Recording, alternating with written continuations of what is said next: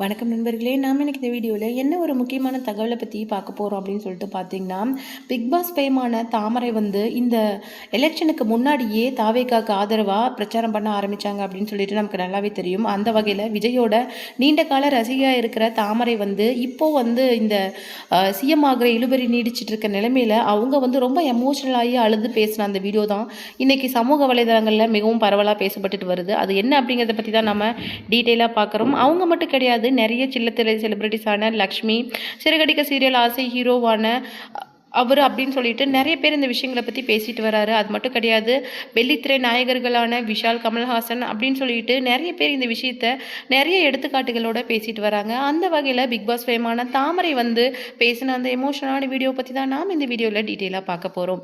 வீடியோக்குள்ளே போகிறதுக்கு முன்னாடி நீங்கள் நம்ம சேனலுக்கு புதியவராக இருந்தால் மறக்காமல் நம்ம சிபி ட்ரெண்டிங்கை சப்ஸ்கிரைப் பண்ணி ஃபாலோ பண்ணிக்கோங்க. தாவிக தலைவர் இந்த 2026 எலெக்ஷனில் 107 சீட்டை வின் பண்ணியிருந்தாலும் கூட அவரால் இன்னும் சிஎம் ஆக முடியல. ஏன்னா ஆளுநர் 14 நாள் அவகாசம் கொடுத்து பெரும்பான்மையை நீடிக்க சொல்லியிருக்காங்க. ஆனால் நிறைய அரசியல் விமர்சகர்கள் சொல்கிறது என்ன அப்படின்னு சொல்லிட்டு பார்த்தீங்கன்னா, பெரும்பான்மையை சட்டப்பேரவைக்கு தான் நிரூபிக்கணுமே தவிர ராஜ்பவனுக்கு நிரூபிக்க வேண்டிய அவசியம் கிடையாது அப்படின்னு சொல்லிட்டு பழைய வழக்கை சுட்டிக்காட்டி பேசிட்டு வராங்க.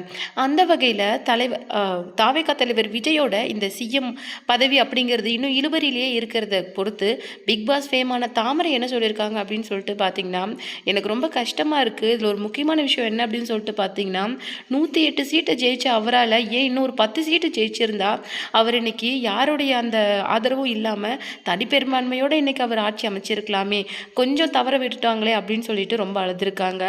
எனக்கு தெரிஞ்சு ஏன் இந்த மாதிரி ஒரு நல்ல மனுஷனுக்கு இவ்வளோ நடக்குது, அவர் இந்த சிஎம் பதவிக்கு வரணும் அப்படின்னு சொல்லிட்டு ஆசைப்பட்டதுக்கு ஒரே காரணம், மக்களுக்கு ஏதாவது ஒரு நல்லது நம்ம மூலமாக நடந்துராதா அப்படின்னு சொல்லிட்டு அவ்வளோ கஷ்டப்பட்டு அந்த மனுஷன் இந்த இடத்துக்கு வந்தார். ஆனால் இன்னமும் அவரை கஷ்டப்படுத்துகிற மாதிரி சில விஷயங்கள் தான் நடக்கிறத பார்த்தா மனசுக்கு ரொம்ப வேதனையாக இருக்குது அப்படிங்கிற மாதிரி சொல்லியிருக்காங்க.